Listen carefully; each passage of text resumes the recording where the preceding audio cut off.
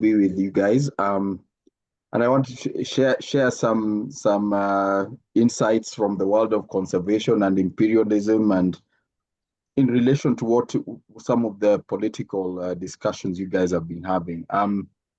It's more closely related than most people realize. So it's that's part of the attraction of getting into forums like this, that we get a lot of cross disciplinary learning. So my background is in conservation. I'm trained as a carnivore ecologist. Much of what I do these days is in the policy and human rights arena, related to resource conservation as well. So conservation and the ontologies of prejudice. So this is a challenge to us as global citizens, to look at, to think again about how we regard issues of conservation. There's a lot of calls we hear every now and again. These are some, we must save the planet. There's a lot of, this word save is used very regularly. We must cut emissions. The commons we want, the commons is like the shared resources like the oceans, the atmosphere, the air around us, the lands and all that. So the commons we want, and no one has addressed philosophically the question of who are we. And when we're saying, because when you're saying we, you're telling it to someone, but that's where a lot of the power imbalances reside, in that we and who we are addressing, or who we are. From the field of ecology, we have Garrett Hardin. This guy is famous for the mantra of the so-called tragedy of the commons. He was a very highly regarded scholar at Stanford University, and published in Science and received several awards. And he coined the whole idea that we have anything shared by people is a tragedy, and it cannot be. People are not able to share a common resource because of individual greed. And he failed to understand sort of that there are societies in so many parts of the world that have been doing that for millennia. That's just how they survived. Whether it's people living in deserts sharing an oasis, whether it's people living around a water body and sharing the fishery, people drinking from rivers, the same river or same lake, etc., or same spring. So the global commons, the fact is today they're gravely threatened by capitalists and their agents who draw on this. They draw on Garrett Hardin's teachings that someone has to own it, someone has to manage it, someone has to determine how the resource is used. And in us as scientists, we are highly guilty in this aspect, because we came up with nonsense like payment for ecosystem services. We came up with financial valuation of commons like forests and wetlands and these kind of things, which is bizarre in the extreme, but has been accepted in the mainstream of scientific scholarship. And sadly, it's driven by capitalists through their funding of science. So that's where the nexus is. So Garrett Hardin's theory was that the tragedy is that each man wants a part of this system, or is locked into the system that compels him to increase his herd without limit in a world that is limited. The world is limited, that's true, as our resources. Ruin is the destination towards all men rush, each pursuing his own best interest in a society that believes in the freedom of the commons. This is capitalism masquerading as science. And if those of you are familiar with the story of Garrett Hardin, he committed suicide, him and his wife, in some kind of pact that serves this. They felt that there's no more room on planet Earth, and it would be better off without him. But he's still celebrated as a famous scholar for whatever reason.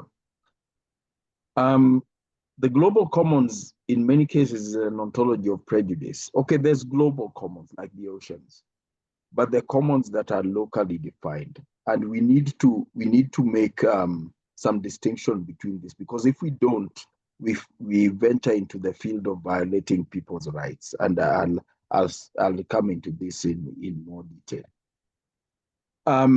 Today we have capitalists, billionaires all over, stepping out to say, I want to save the planet, I want to contribute towards, there's this 30 by 30 goal that has 30% of land and landscape and seascapes under protection by 2030. I want to help save the planet. What they're really after helping is their reputations, really. And this has become a self-actualization thing. And we scientists, by constantly soliciting money from these people whose activities are behind the global climate crisis, by continuously soliciting funds from them, we offer them this feel-good cleansing of their reputations through these projects. So this gentleman pictured here is it's called Hans-Jörg Wyss. He's dual Swiss American citizen, made his billions through medical equipment, and he's now one of those major drivers behind the carbon sequestration, carbon trading activities in Africa, Kenya particularly, behind which are driven by the Nature Conservancy. This is another example. So Kenya seems to be a favorite of these people. I'm not sure why. There is a romance that's attached to Kenya. I don't know if it's because of Roosevelt's famous hunting safari in 1910-11. It could be because of Hemingway's famous hunting trips and fishing trips off the Kenyan coast. But there's a romance attached to Kenya that seems to draw all these billionaires. I really wish that some of them would go elsewhere, but there we are. This Jochen Zeitz he's interested, again, they're all acquiring land under the guise of saving environment. He's acquired huge tracts of land in Kenya, Tanzania, and South Africa as well, some in Central America too. Obviously, Jeff Bezos is in there with the Bezos Earth Fund doing $2 billion again, burnishing his reputation. And we need to understand philosophically that this is not altruism. It's really quite selfish, because if you find Bezos looking to give this much money towards conservation, yet his own workers are underpaid, then you realize we have a problem. You realize it's not about the environment, it's about the person and their reputation. Yevgeny Lebedev is another one. He's originally Russian, but he's a British citizen now. Again, he's sponsoring a lot of functions like at COP26 and other places and other international conferences, where they're getting government officials and conservation organizations to put in place laws that allow them to exploit natural resources in return for these purported grants for nature and wildlife conservation. That's at COP26, which was in Glasgow a few years ago. There's Lebedev, and I'm using this picture because in the room here, the gentleman next to the pillar there was the then president of Kenya, Uhuru Kenyatta. The other gentleman in suits and the lady those are members of the cabinet. So rather than being the plenary negotiating between governments on sovereign issues, these billionaires actually subvert governments and government officials to do their bidding, or into rooms where they can put forward their needs and offer money in return for the same. It's basically corruption. And no country, the example I'm using here is Kenya, but no country seems to be immune to this.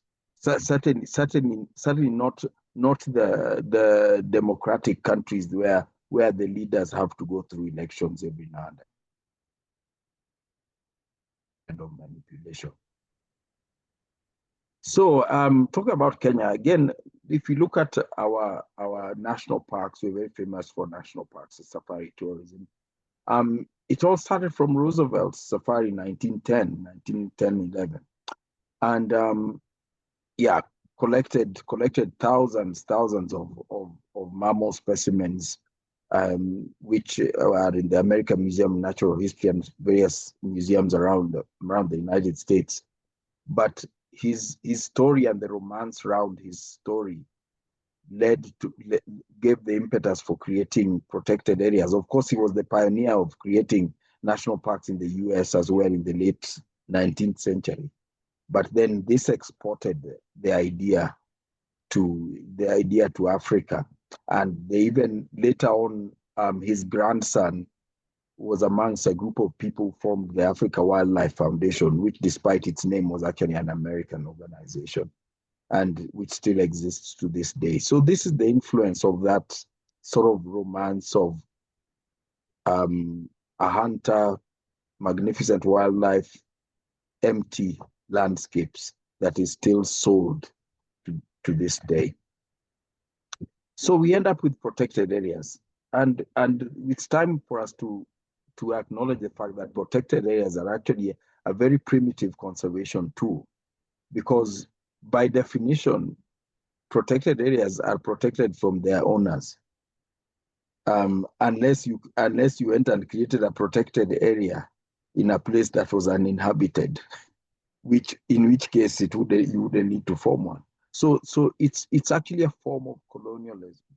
And when they were formed, like talking about the ones in Kenya and the ones in the United States as well, and many other places around the world, there were terrible violations of human rights, displacement of people, some killings as well. And the violence has continued with the mechanism. When you have fences and people with guns and helicopters and all this, that is violence. There's so many extrajudicial killings around protected areas. So this is something we need to evolve from. If you look at business, education, agriculture, all these other things, they have changed beyond recognition in the last 100 years. Conservation hasn't, and herein lies the problem. Everything has changed. People's cultures have changed, understanding have changed. We are still running conservation areas in the same way we were running them before we had a UN Charter on Human Rights. So this needs to change. This needs to change if we are to sort of if we are to achieve sustainability, which is not just environmental, but social, political, and ethical. So this is the currently used definition, IUCN definition of national parks or protected areas. The red font is my addition, is my edit, sort of.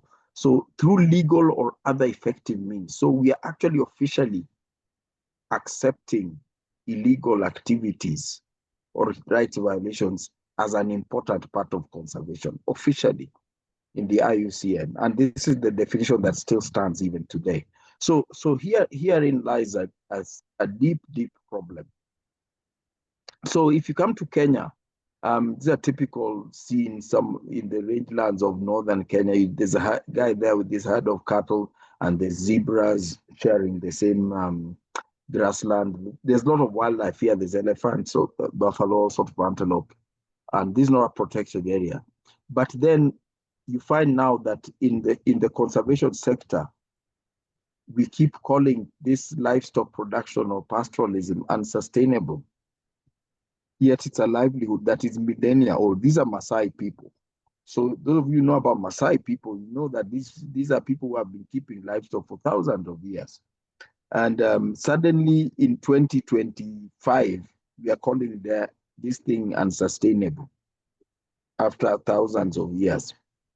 Yet in the same place, we have what we call riding safaris. So the difference is, the other thing is some black guy with cows and these white people on horses. That's the difference. And this is a lifestyle. This is a luxury lifestyle, holiday or whatever. The other one is a livelihood. And that's the problem. That encapsulates the problem with our conservation thinking today. It's about curtailing some people's livelihoods in order to maintain other people's lifestyles. And a lot of times in recent years, I've looked closely at the aspect of tourism, the way we practice tourism, and we have to really consider the fact that tourism might actually be a really bad thing, because it tends to defile society. It's dependent on some images, some that no longer exist. It skews costs of everything, including housing. Southern Europe, Portugal and Spain has been rocked by protests against too much tourism. Locals can't afford housing, etc., etc. Similar problems happen like in Hawaii in the United States. And we must rethink how we practice tourism, maybe not end tourism, because tourism does broaden horizons and you learn so much from it, but we must change the way we practice it. And this word sustainability is becoming a problem, because again, we've started using it like it's a technical, objective term, but it's subjective. If you think about it, it's like lovability. Is Mordecai lovable? That's a totally subjective thing. You can't take that as a standard that we can use everywhere, but it's being used in governments, UN, everywhere. So we tend to introduce alternative livelihoods. So we are fine with the culture of the Maasai people. We even have them dressed in traditional regalia as long as they're serving drinks at a lodge. We don't want them keeping their cattle. And this is enforced by the force of arms. Conservation, if anything sustainable, cannot be enforced by force of arms. And this is anytime you see armed personnel like this around a conservation area, it means what's going on there is not sustainable.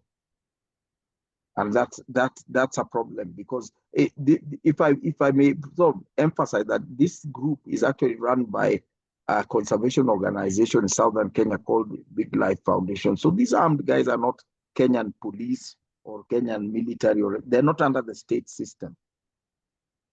If you look close, you can see the guy driving the vehicle is actually a white guy, he's a foreigner. And this is the problem when we remove the monopoly of law enforcement from government into these do-gooders or people who are conservationists. You often hear that they dedicate so much to conservation.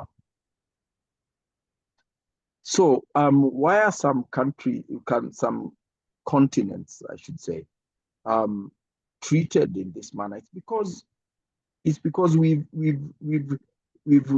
created purported separations between us, so that Africa is almost, my experience in the United States, Africa is almost treated like a subject. You hear someone is an Africa specialist. In universities, you hear in the US, they have what they call an Africanist. By the way, they are very rarely Africans. I have never met an Africanist. they're all Americans, but they're persons specialized in studies of African affairs or culture. Again, there's a misnomer there. Africa is massive. I have no idea what you mean when you say African culture. Africa is massive, absolutely massive. There's no culture that can be attributed even to East Africa alone. And this is the problem, that so much of the world tries to put Africa into this package that is landscapes, wildlife, ignorant people, assumption people to be exploited, etc., etc. And conservation specializes in this. So even some of our sorry, it's not very clear. Even some of our institutions take it up. So you find like this is the University of Nairobi. That sign says the Institute of African Studies. And why is a university in Africa having an Institute of African Studies? It should be just sociology. You can't be studying. You don't have sort of fish that study fish or insects that are entomologists, that kind of thing. But this is the kind of thinking. And if you look at some of the perspective that it implies is an exploitative one. And this is taken from Harvard University's website. So Harvard says Harvard is one of the world's foremost centers of learning about Africa. Really? In Massachusetts? How can that be? Go to Princeton website. Africa is a continent where our future will be determined. Both an abundance of both cultural, natural resources and home to some of the fastest growing economies. Yes, but the extractive tone of that page is really bad.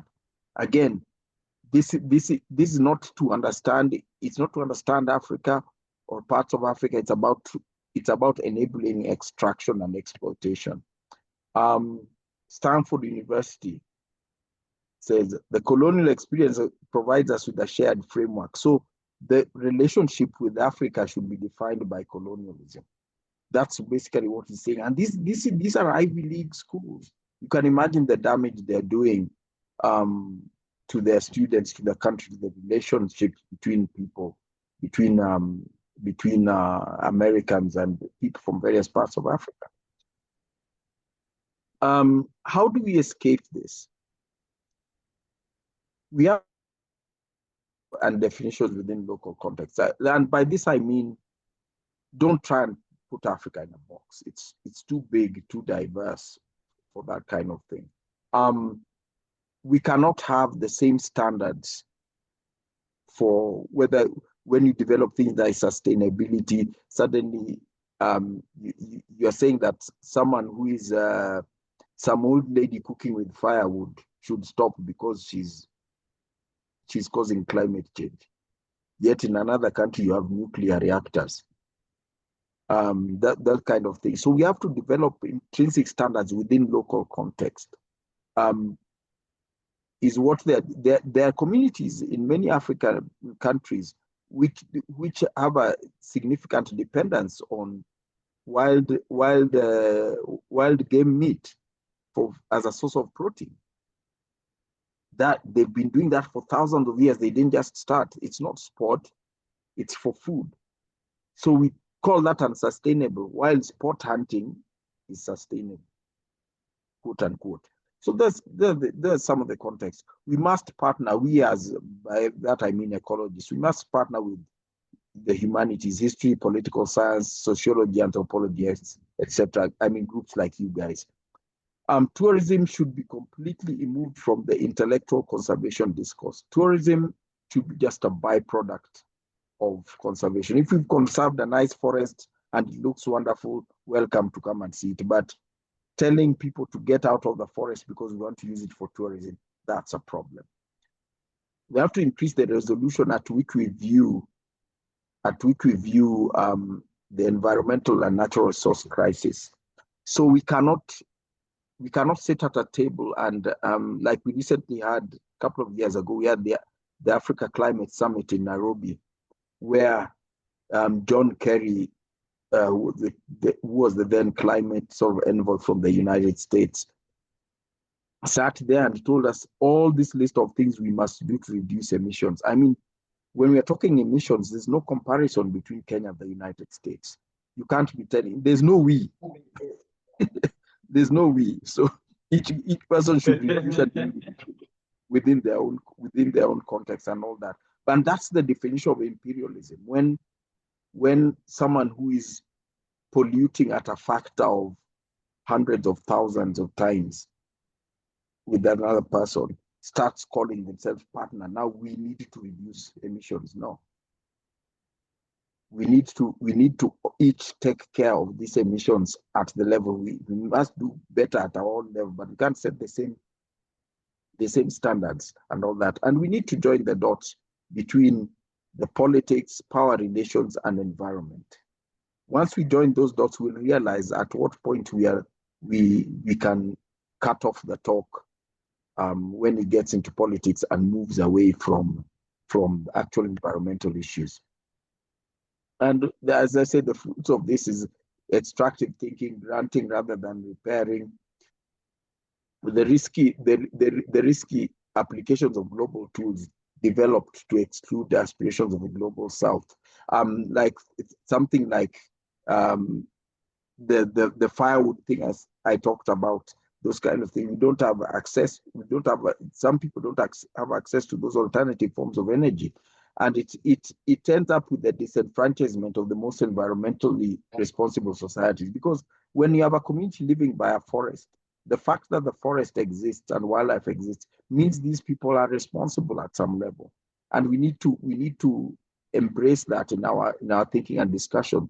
And it also causes climate and heritage colonialism. This is the kind of ridiculous thing I'm talking about. This is an enclosure at Zurich Zoo in Switzerland. It's called the Lewa Savannah. It's supposedly showing what an African landscape looks like. It has all these kind of posters about Maasai people saying how they have too many livestock and their pastoralism is unsustainable and this kind of thing. It's a dreadful thing. I don't know who came up with such an idea, but it exists in Zurich Zoo. This is what we should never be under the impression that climate colonialism and the open prejudice has ended. It still exists, and there are people who actually give funds for it. Some of the crazy stuff that goes on in the world today: carbon credits, carbon trade, carbon offsets, nature-based solutions, carbon neutrality, these biodiversity offsets, sustainability, I talked about green growth, green finance, green industrialization, and this kind of thing. These are all euphemisms. They don't mean anything. Carbon credits is, I think, the biggest scam visited on mankind in recorded history, but it's made its way into everything: government documents, the UN, sustainable development goals, this kind of thing, and things like the 30 by 30 targets, where we want to create, we want to increase protected landscapes to 30%. Right now, the global average is at around 14%. Imagine how much violence will be required if we are to displace an equivalent amount of people again. And when you look at the targets, you never see anyone talking about increasing Central Park in Manhattan by 50%. It's always talking about increase this park in Africa, this protected area in Africa, and this kind of thing. So it leads to a lot of prejudice. Now, looking at the carbon credit scam, if I can call it that, this map shows the countries that are top polluters in the world. So carbon emissions. You can see the size of the circle sort of shows the ton of the carbon they're putting out. Europe, United States, Russia, China, India, Australia, Brazil.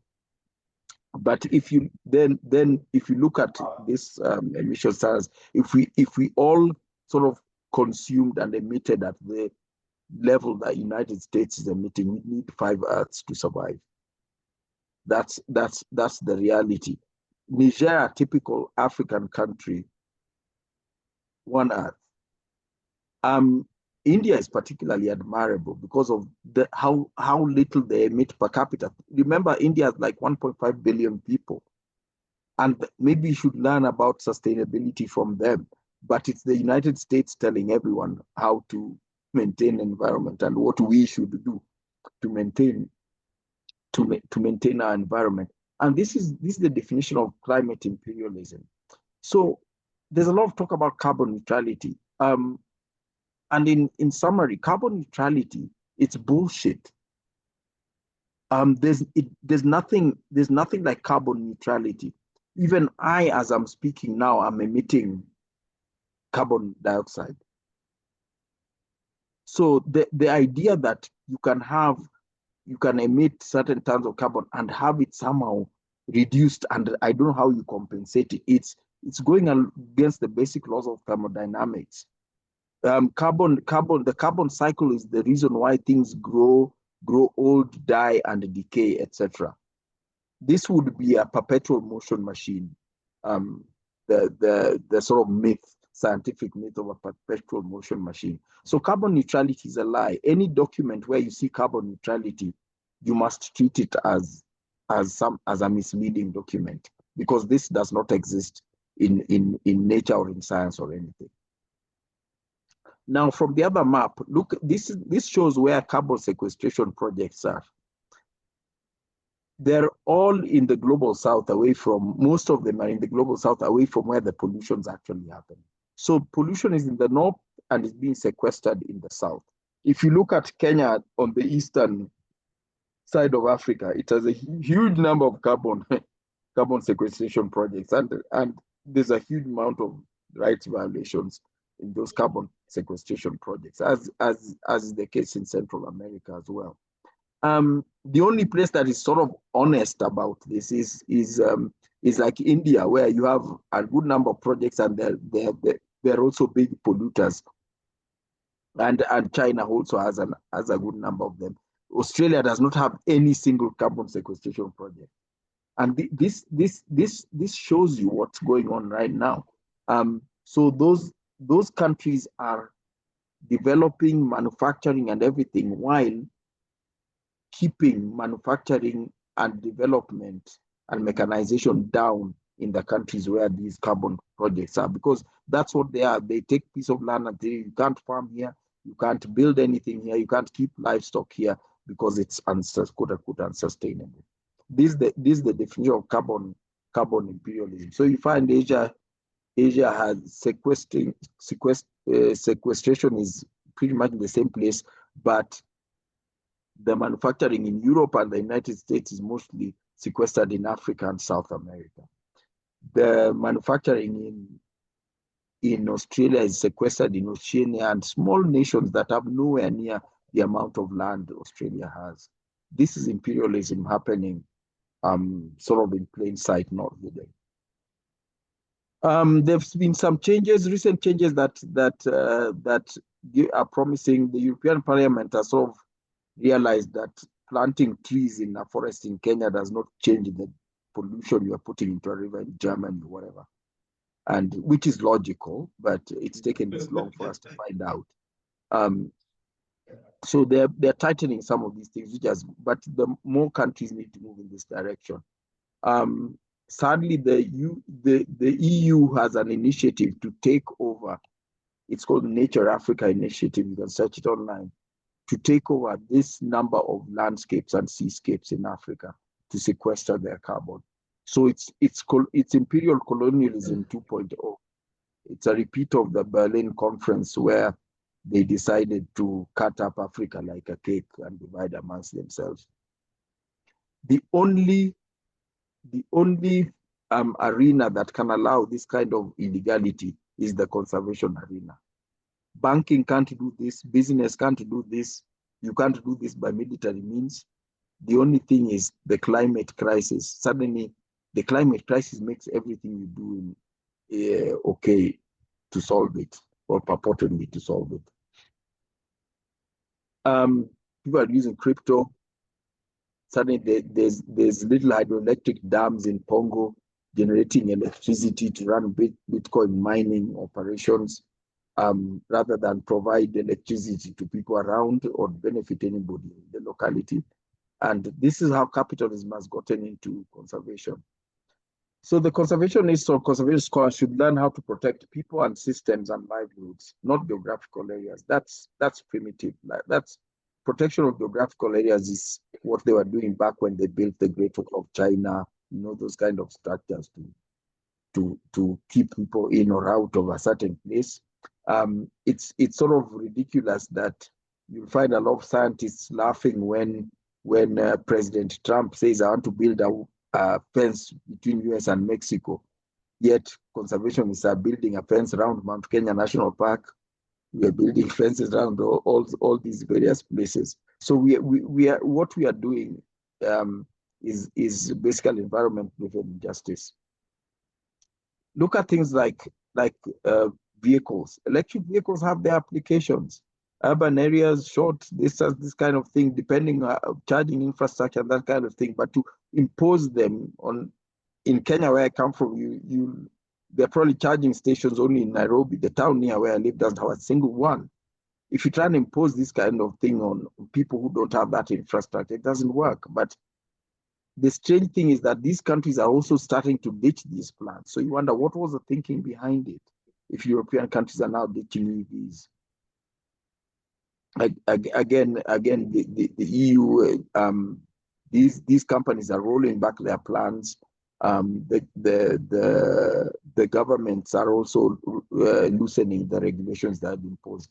So and when you read into this, you realize that the problem they're facing is complaints from their manufacturers that the Chinese EV manufacturers are way ahead and will sort of overwhelm them in the market. So it seems like it was a political thing rather than environmental.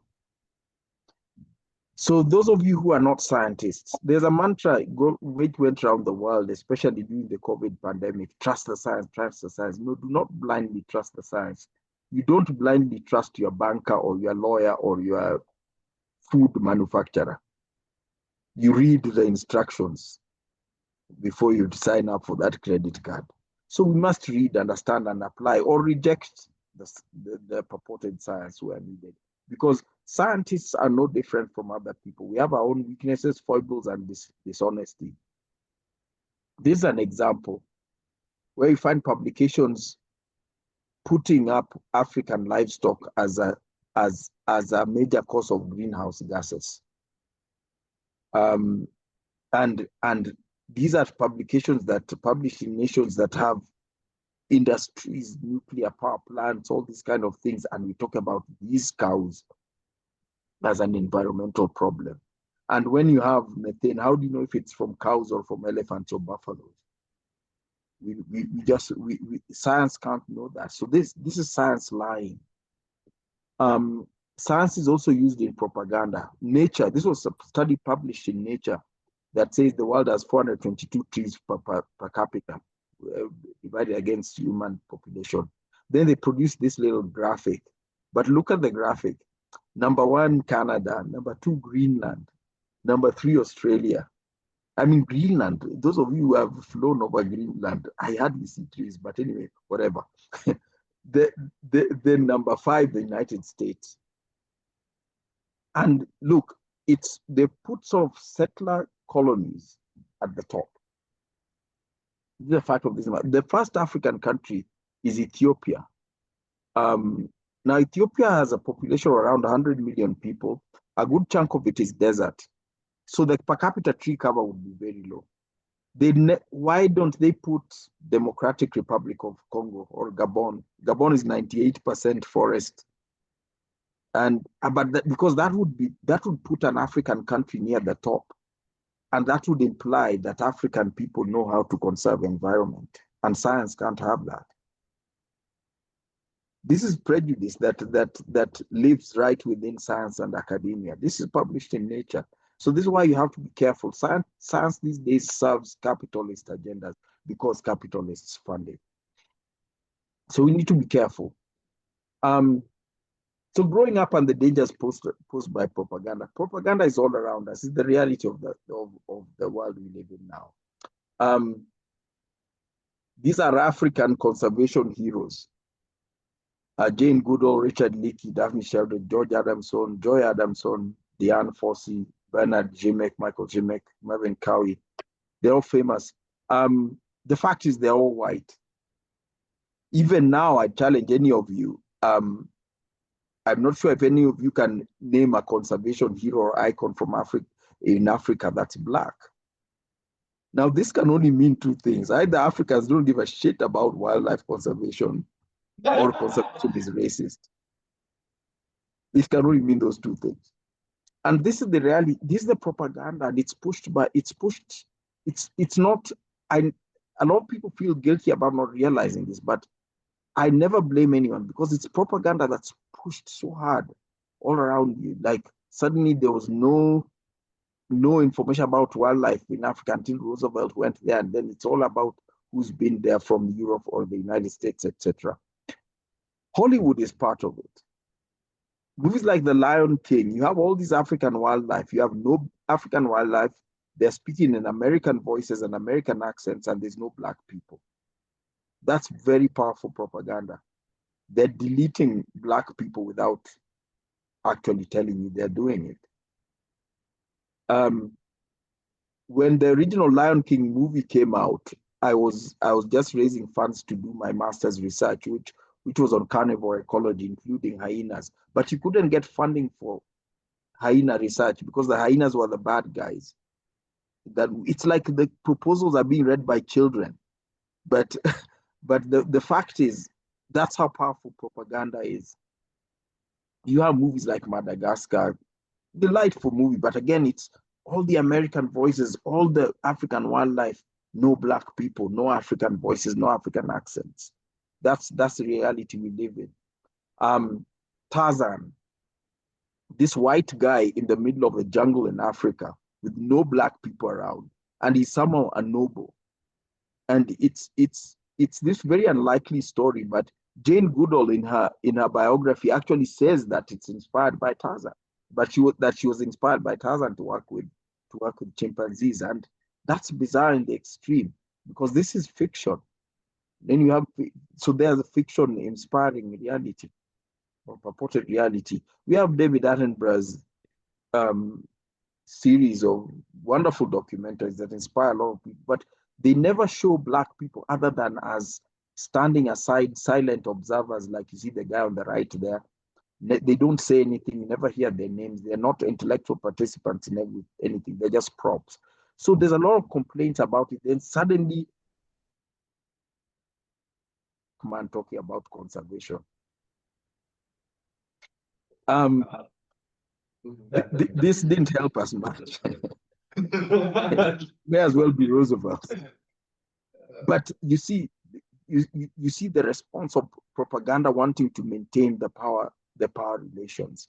But the truth lies in the reality on the ground, not who says what and what the identity of that person is. That's the important message here. My waking up to US politics, so really was in 2019, went to visit the House of Representatives with a colleague from Survival International, human rights organization, to give a petition about violation of human rights by conservation organizations in Kenya and other parts of Africa. And the thing is, in my mind, the paradigm was that the Democratic Party members are the ones going to help us. But no, they wouldn't even listen to us because they're all such good friends with WWF, who's violating rights, with the Nature Conservancy, who's grabbing land, and they're so close to all these conservation organizations. The Republican Party members, ironically, are the ones who actually listened to us and put forward a submission to the relative appropriations offices, and some rules got changed. So this I think the message that went home to me here is that we should not make any assumptions of what we see. We must be willing to engage and observe directly. We should not take the narratives. We should follow the facts, not the narratives. There's so many narratives in the world today that say this and that about Africa. I mean, I've met I've met people who know so little about Africa. That I've got a YouTube channel, and I was saying something recently on it, and some obviously American viewer said that how does this guy know so much about politics, yet he's trying to avoid starving in Kenya. How does he get time to read all this stuff? He should be busy looking for food and all this. In fact, he meant it as a compliment. He said, Americans don't know even this much, but this guy who's half starving knows all this. But these are the narratives that are still running our world today in 2025. Conservation is not the peaceful thing you think it is. And these are pictures from northern Tanzania taken, this is two years ago. the Maasai people are being violently moved by their government from their land to form a conservation area. This is an area called Loliondo in northern Tanzania. And the UN can't say anything about this because the UN is the one who has put forward the 30 by 30 target. So this was the 30 by 30 target. And here innocent people really removed violence from their homeland in 2023. Look at that. That's the reality of what conservation is doing. And we have these Maasai people have now come to southern Kenya. They're conservation refugees, removed violently from their home, displaced in this day and age by conservation interests. This is the reality. So when someone talks about we are creating new parks, always ask, where are you taking the people? Whose land is that? What are you doing? Where are you taking the people? Where are they going? Those are the questions everybody must ask whenever you hear someone saying we're creating a new conservation area. The reality is that in Africa, people have lived with wildlife. And one of the questions that were put forward to me is like, what would conservation look like in Africa if we change the model and all this kind of thing? There is no standard across it, but there's evidence. It's just, again, the power of propaganda. National Geographic TV, whatever, Discovery Channel never shows you this kind of stuff. But there's wildlife that exists in peaceful context with people. This is actually me in that photo, and this giraffe just hangs around near a village. And you can just walk up to it and touch it. It just doesn't do anything.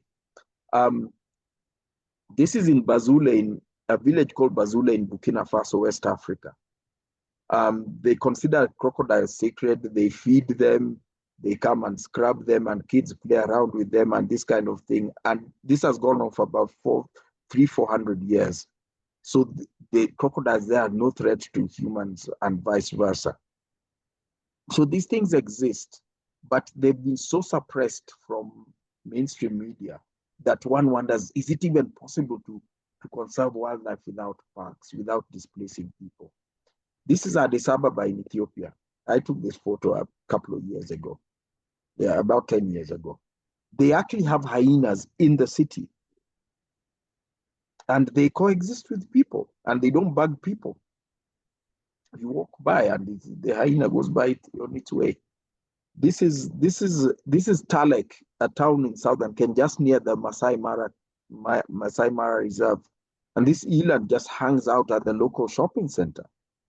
Some people give it snacks to eat or something, but it doesn't bug anyone. No one bugs it. And this is no one's enforcing anything here, and this is just coexistence. So it is possible. Let me see if this works. This is from Kazinga in Western Uganda, taken by a friend of mine. Let's see that. So you can see some buffaloes hanging out there, some lady washing her clothes. There's elephants over there, and there's some kids playing, and some guys going to their boats, and they're just shooing the buffaloes away and this kind of thing. And this is 2020. This is not like 1928 or something. This is 2020.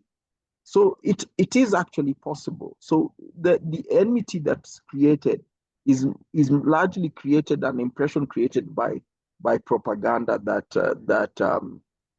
somehow places African people in the position of being, or if I can put in summary, a crude summary, the mantra of conservation today in Africa is that African wildlife is in danger, and the danger is from Black people.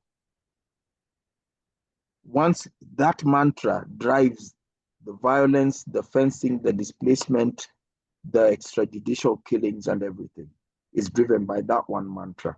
But the reality is far more complex, and complex in a good way. Complexity is a good thing, because I think it's the beauty of human society, or the human condition. Thank you very much. That's just me and my family out on a weekend. This is about 50 kilometers from where I live. and it's not a protected area. So there are elephants that hang out there, and we go and see them. So I think some of the, I'll maybe touch on couple of questions that Killian had sent to me. One of them is the coexistence of different ethnic groups around Africa. It's very powerful propaganda that there was a state of war. There's constant state of war between ethnic groups in Africa. Look, using Kenya as an example, there was coexistence, because if there was state of war, what we'd have very few ethnic groups left, because the smaller ones would have been defeated, conquered, exterminated, or assimilated in one way or another. We have 42 ethnic groups in Kenya, which is Kenya is maybe the size of Texas. We have 42 ethnic groups in Kenya. Some are very small, with individuals around 100 individuals, and they still exist. So there was no conquests. There was sharing of resources. There was some disputes, but there was no conquest, as in desire to take over someone's land or exterminate them and that kind of thing. And in many ways, where there's antagonism, it's created by the structures that we introduced, by the boundaries we introduced, sort of international boundaries, the dominances, the fights between the different people who are dominating various areas and these kind of things, and those commercial interests, like what's happening in Congo. There's constant, all my life, I think there's been fighting in Congo all my life. I don't remember a time there was no fighting in Congo. It's about gold and bauxite and diamonds and that kind of thing. So that's the reality of what happens. It's a commercial interest. Around conservation areas, it's displacement of people purportedly to make room for wildlife, which they've lived with all these years, but it's to make room for tourism investment or carbon trading, etc. Another question which was put forward to me is about the UN. Are we able to reform? I think the UN is past sell-by date. I mean, I really don't think the UN is fit for purpose anymore and can be reformed, because, like I said, we have the UN Permanent Forum on Indigenous Peoples' Rights, but it cannot speak to UNEP that is promoting creation of protected areas. The UN talks about justice in one part of the world while supporting injustice in another part of the world, that kind of thing. So there's the so-called, I've had a lot of talk in politics about the rules-based world order. So the UN's purpose, and it was created in 1945 for this purpose, is to maintain supremacy in certain parts of the world and keep other parts of the world down. That was the reason why Bretton Woods institutions, including the IMF, World Bank, were formed as well. They were not formed to help anybody. They were formed as weapons and barriers. So I think from my observation, these narratives, a lot of these narratives, they unravel after around 70 or 80 years. I'm not sure why that happens, but if you look at the Soviet Union, for example, Revolution 1917, by 1990, this thing crumbled. Look at China, 1949, come to around 20 to the early 2000s, changing to a capitalist system. So these narratives go down, and I think the UN is just reached sell-by date. I don't think it can be reformed. I'm not sure what we will do with it, because it's a huge, expensive white elephant. And they're even moving some of their operations to Kenya right now. So I'm not sure what's going to happen. But I don't think it's capable of reforming. It's like the Titanic. It can't change direction fast enough before that iceberg. And it remains to be seen what will be done. But I think we are talking there at very high sort of international level. But I think at individual level, through interactions like this, we are able to change our perspectives as people, as groups of people, and we can move change in Delaware or Kenya or wherever it is we are. Thank you very much. Thank you super kindly, Dr. Ogada. Yeah, everybody, this is Dr. Ogada's talk. I know I learned a lot. I hope everybody else was enlightened and thrilled to see you here and to hear you speak. I think this was super enlightening. We are literally calling you from the middle of the financial center of the entire world. We're in the center of Bloomington, right next to a bunch of big trust buildings and Citibank building, the PNC Bank. We are seeing in our book club through Nkrumah's writing on Neo-Colonialism and in everything happening around us, how all these things relate. And seeing, coming from Lower Delaware, we're seeing the effects of tourism and how the people who live there their whole lives are being forced to move because, of course, tourists come with more money. So it's the same thing that happened in Spain, all these other countries. We're seeing that it's basically big money that's running everything. And so people are waking up very slowly. But the propaganda structures are so crazy. I really appreciate the ability to have a dialogue like this. So if anybody has questions they want to ask Doctor, please put them in the chat or Stack, and we'll try and get to as many as we can. I know I've got another one or two, but I want other people go first because big fan here. So yeah, thank you everybody for being respectful. Questions are acceptable now. If you have time, Dr. Ogada. Yeah. I can. Let's see. It's. Yeah, I've got about 20 minutes.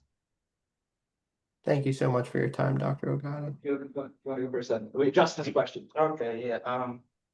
So it was a question you talked about how anything sustainable can't be enforced by arms. So you talked about how cooperation must be willing. I was reading a little bit of like Sam Bowles. So I think it's a pretty good critique of like behavioral economics. They talk about them behavioral nudges and like getting people through incentives and economic designs to like essentially be good citizens. What do you feel like in the conservation space is like maybe another example of this where we're trying to like design people to be ethical? I think one of the biggest problems is the in conservation science. I've seen people investing millions of dollars, and people are trying to do things very fast. The issue is that no one wants to invest time anymore, and it's my experience with these capitalist donors, especially they're like little children. Jeff Bezos will tell you, if I give you $20 million, can you do this by November? And there's the scientist saying, yes, sir, yes, I can bring the money. And because we think money can replace investment in time, which means discussions with people, which means listening to people, educating people, and maybe even changing your mind. And I think that pandering to capitalism is the greatest fault that so many of us have. And that's why we try. There's no shortcuts to sustainability. And I think there's some basic assumptions we can make that something's that's been going on for a thousand years. I think we can pretty much decide it is sustainable. It would have ended. It would have ended if it wasn't. So I think we must be willing to invest time and embrace complexity. Again, it's a lot of these things, the methods like persuading people, like what you're talking about, that's complicated. But yes, that's why we have our PhDs or we have our expertise, and we have that we can't. It's sad. It's so sad for me in the conservation field that I see people having done a PhD, then coming up with a conservation solution that let's build a fence. Really? That's the extent of that's the extent of technical advice one can give, and that's that's something. There are places where we'll need fences, but maybe not fences between people and resources. Maybe fences to keep corridors open. A fence that shows people don't build in this place. This is a corridor. You can use this place for grazing your animals and all that, but don't build here, don't farm here because this is a corridor. Fences can be used in that manner. But it takes time to survey, understand the dynamics, etc., and this kind of thing.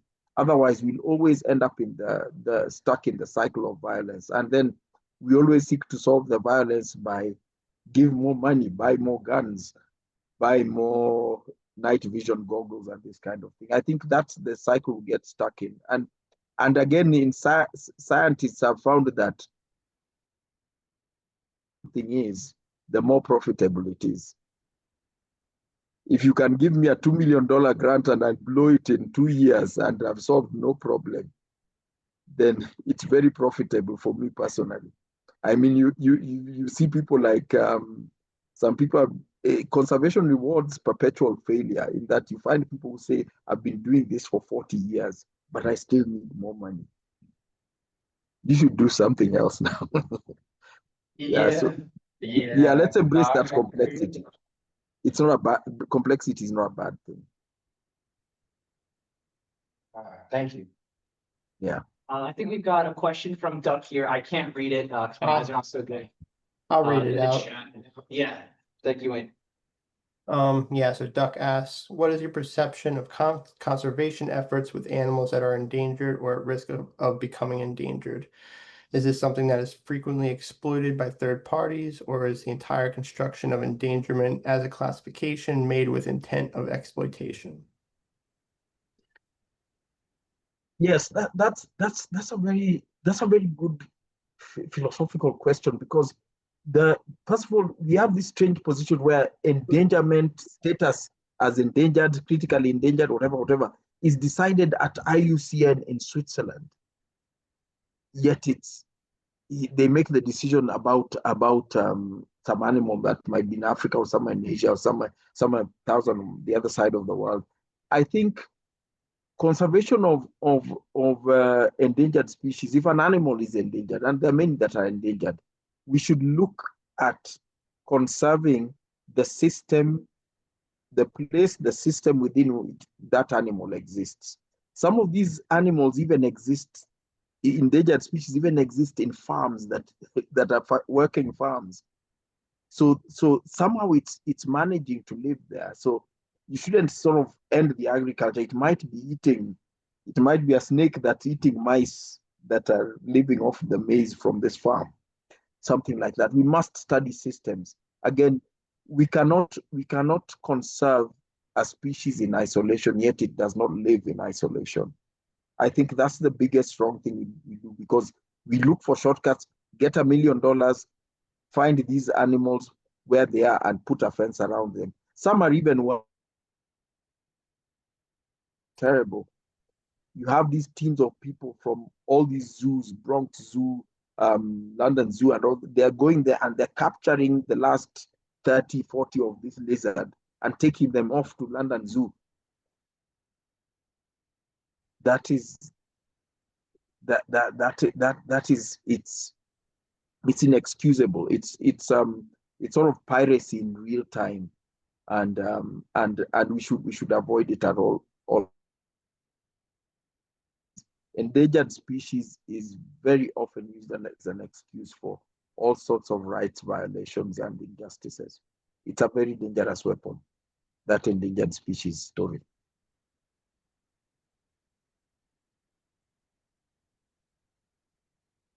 The propaganda that colonialism uses is such a double-edged blade. I mean, we see every angle of it. I appreciate you explaining that. I've got another quick question.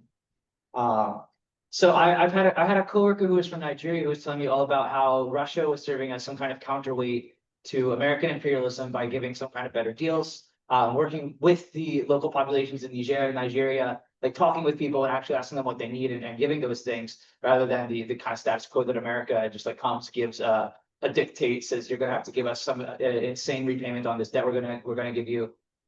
Do you see a similar kind of counterweight happening around you? Do you see that Russia and possibly even China are filling in a different space, or is this just the new master?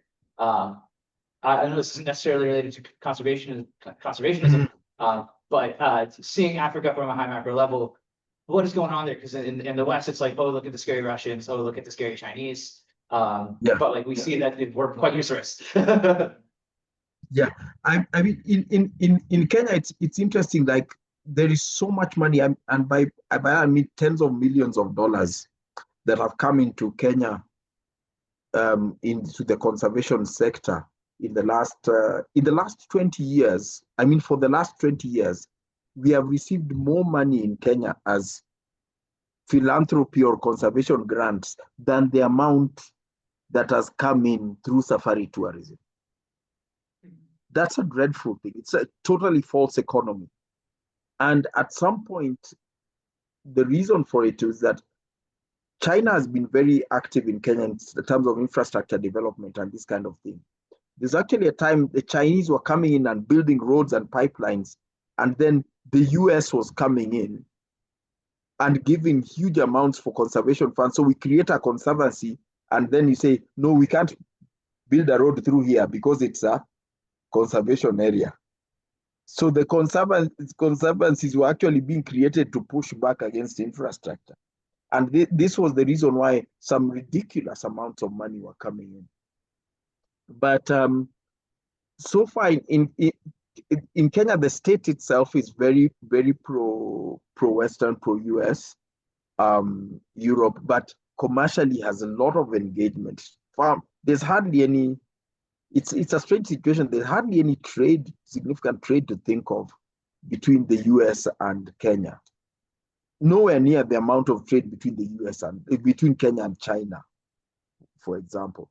But so we are engaging on totally different things, which I think that's what it should be.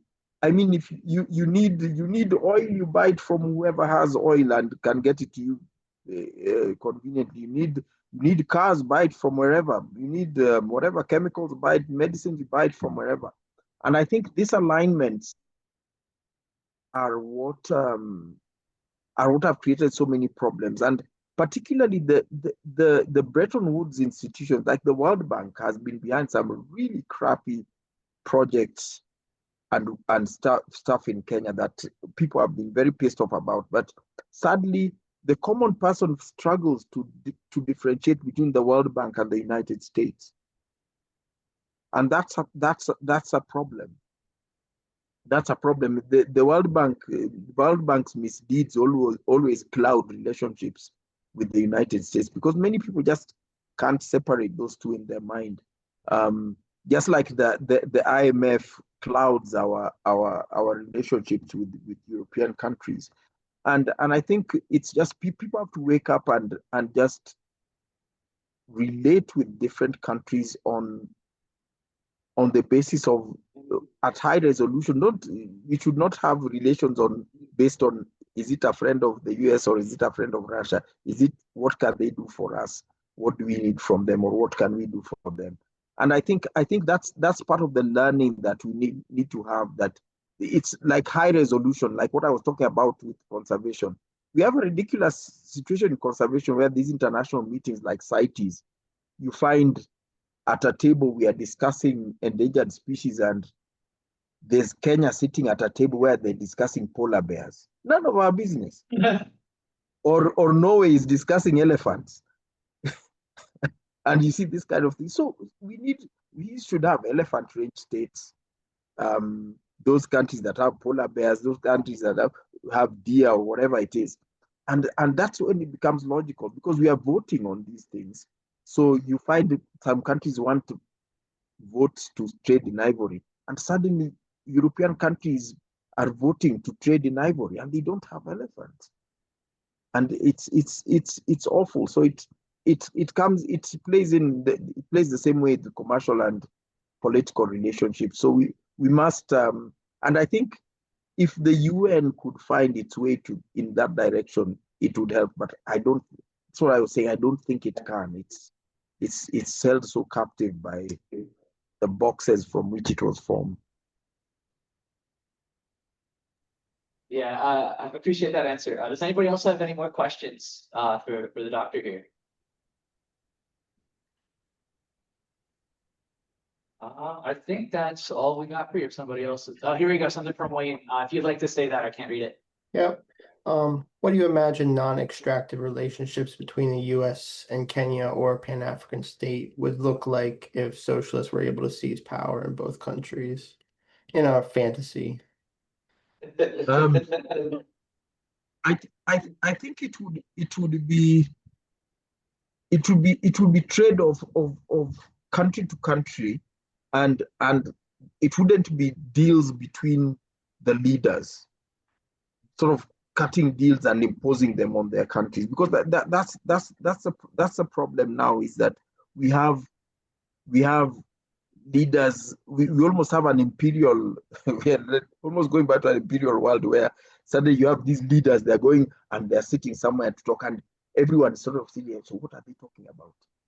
Or what deals are they cutting? And then you come out like, there's this country going to give, especially like the US under the Trump administration, suddenly we want to step in and help Congo end this war, but we are doing it in return for coltan or whatever minerals. I think it would be a better place where even if it's agricultural produce, some farmer in Kenya can contact a dealer in the US and export coffee to that dealer, that coffee to Starbucks, for example, and without having any political muddying of that water. So it's what the governments are just reduced to receiving necessary taxes, etc., but not deciding you can't buy coffee from Kenya because Kenya is the friend of, is talking to China about this, that, the other. And logistically, these countries are very close. Some of these countries are much closer, like they may be fresh fruit produce cannot possibly be exported from Kenya to the United States. It's too far, it will go bad. The United States needs fruit that might as well import it from Central America.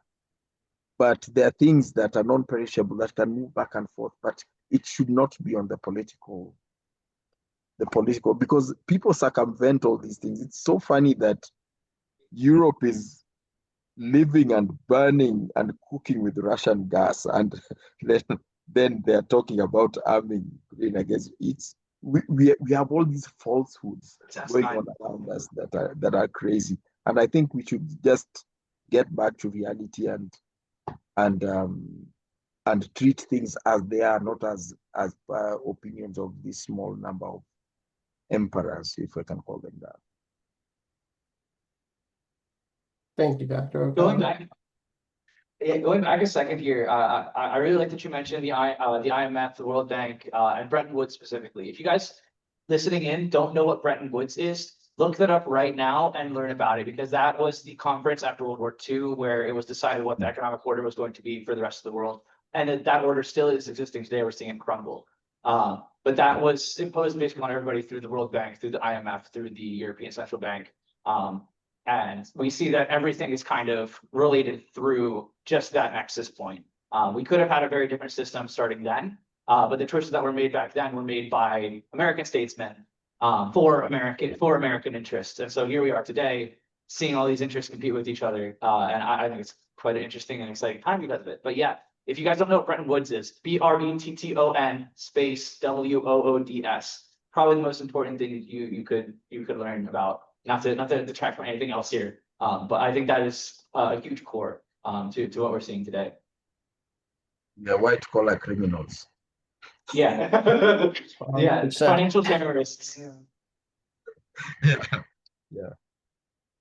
Yeah, but anyway, you guys, the good thing, you have my contact. So please, if any questions come up in your mind, you feel free to email me and ask. I'll be able to answer you and get back to you. Absolutely, it's been a pleasure. Thank you so much for answering our questions, for taking time out of your day to speak with us. I know I had an awesome time. I really hope everybody else found something useful that they learned. You're most welcome. It's my pleasure. Yeah. But yeah, we hope to contact you another time. Bye, everyone. Yeah, have a good one. Thank We'll let you know if you have any other questions. Thank you. Okay, bye. Thank you, everyone. Yeah. Have a great day. Bye. All right, so for the rest of us here, it's been about like what, an hour and a half, 2 hours-ish. We could continue and do book club. I was going to raise a motion to defer book club to another time. We could do another meeting for this. Maybe get that in person, or maybe just get us all together for that. But I see that we're all on one meeting together right now, so I'm going to ask us to do a vote on this. So I'm I'm gonna raise a motion to postpone the meeting to another date, and you guys can choose to vote yes or no.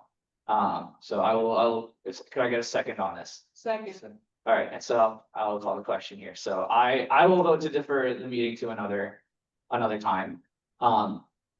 But yeah, we can do a little debrief after this. We can talk a little longer, but to move the book club session to another date, because this was a lot, and I think you can talk about this. It's my idea. So I'll call the question now. Everybody who says aye, raise your hand or type it in the chat. This is to postpone the book club because that was a lot. Because that was a lot.